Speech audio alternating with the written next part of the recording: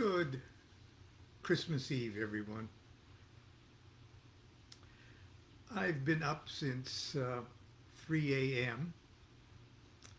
Uh, when I gave a workshop, a magic workshop, uh, for a Chinese audience or Chinese participants.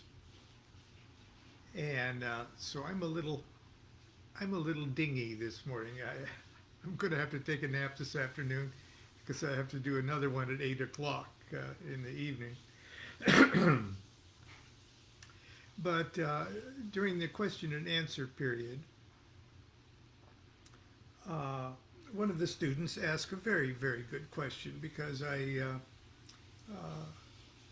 was talking about during my lecture part that about how angels, spirits, demons, intelligences, powers, principalities, and even deities, in essence, are metaphors for natural powers and forces. But we can sort of wrap our meat brains around the reality of them more easily if we personify them in our minds as angels, spirits, gods, things like that. And I know it sounds very unromantic and it sounds very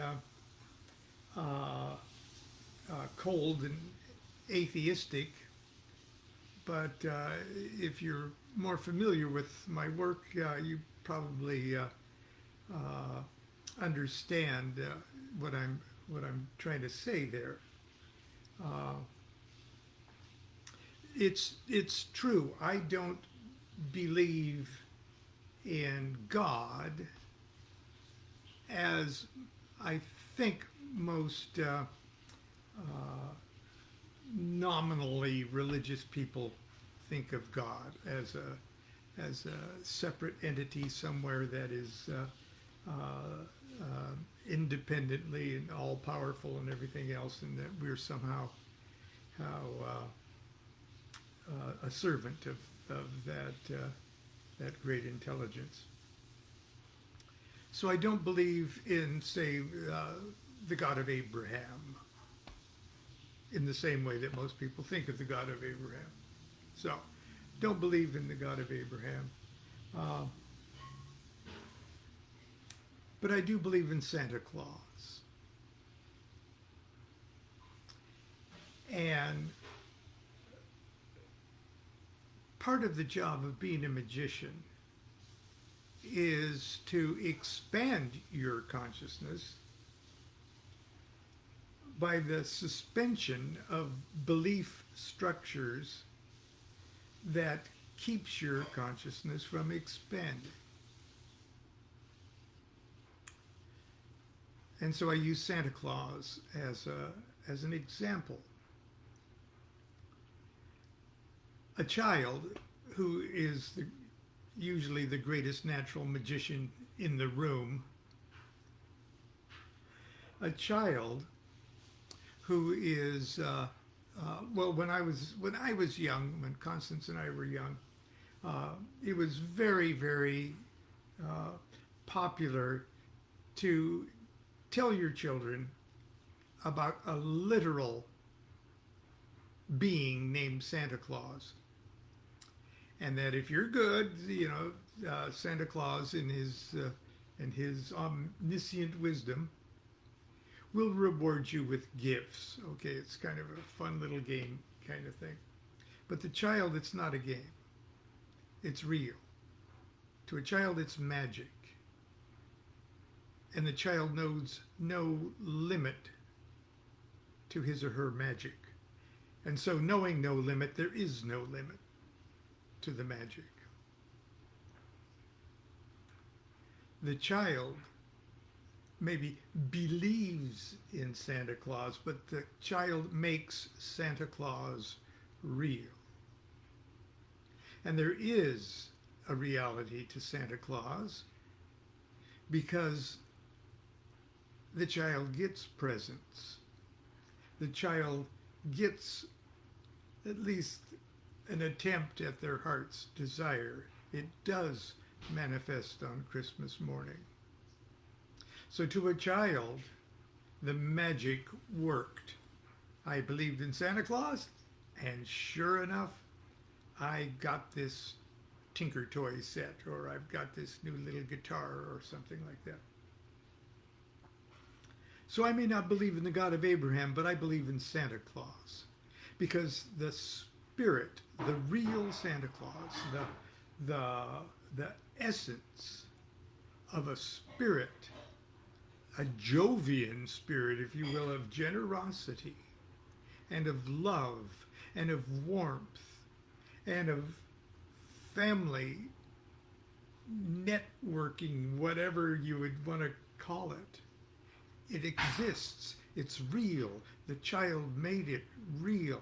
Santa Claus manifested. When he sees the cookie by the fireplace with a bite out of it, sure, the father ate the cookie, but no, the father was Santa Claus eating the cookie. And I tried to use that parallel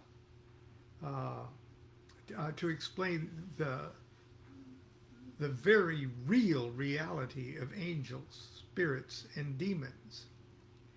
And the key to making them real is to be able to suspend your disbelief. Belief is a bad word for it. I hate to use it. But the magician, for the duration of the ceremony, say of evocation of a spirit, the magician may, in this cold, logical brain, in the cold light of day, say, no, I didn't actually bring that horse-headed spirit into the room, because there's no horse-headed demon poop laying around after. You may know that intellectually, but in the magician's soul, in the neshama, the magician makes it real, and for the duration of the ceremony, the disbelief is suspended. And just like the child making Santa Claus real, the magician makes the spirit real. And just like Santa Claus, the spirit is capable of delivering material objects, romantic objects, the objects of your heart desire, or knowledge and conversation of the holy guardian angel.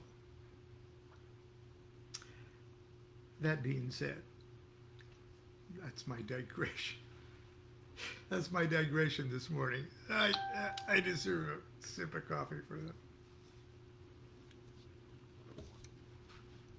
For those of you with children, and you may hesitate to share my morning talks with your children, because sometimes I slip and say the F word and things like that. So. But it's Christmas Eve, and for those of you and your children who've never heard a visit from St. Nicholas, you're going to hear it from me this morning. So get cozy, because it is the night before Christmas. A Visit from St. Nicholas by Clement Clark Moore. 'Twas the night before Christmas, when all through the house not a creature was stirring, not even a mouse. The stockings were hung by the chimney with care, in hopes that St. Nicholas soon would be there. The children were nestled all snug in their beds, while visions of sugar plums danced in their heads. And Mama in her kerchief, and I in my cap, had just settled our brains for a long winter's nap. When out on the lawn, there arose such a clatter, I sprang from my bed to see what was the matter. Away to the window I flew like a flash, tore open the shutters and threw up the sash. The moon on the breast of the new-fallen snow gave a luster of midday to objects below. When what to my wondering eyes did appear but a miniature sleigh and 8 tiny reindeer, with a little old driver so lively and quick, I knew in a moment it must be Saint Nick. More rapid than eagles his coursers they came, and he whistled and shouted and called them by name. Now Dasher, now Dancer, now Prancer and Vixen, on Cupid, on Comet, on Cupid, on Donner and Blitzen. To the top of the porch, to the top of the wall, now dash away, dash away, dash away all. As leaves that before the wild hurricane fly, when they meet with an obstacle, mount to the sky, so up to the housetop the coursers they flew, with a sleigh full of toys, and St. Nicholas too. And then, in a twinkling, I heard on the roof the prancing and pawing of each little hoof. As I drew in my head and was turning around, down the chimney St. Nicholas came with a bound. He was dressed all in fur from his head to his foot, and his clothes were all tarnished with ashes and soot. A bundle of toys he had flung on his back, and he looked like a peddler just opening his pack. His eyes, how they twinkled. His dimples, how merry. His cheeks were like roses, his nose like a cherry.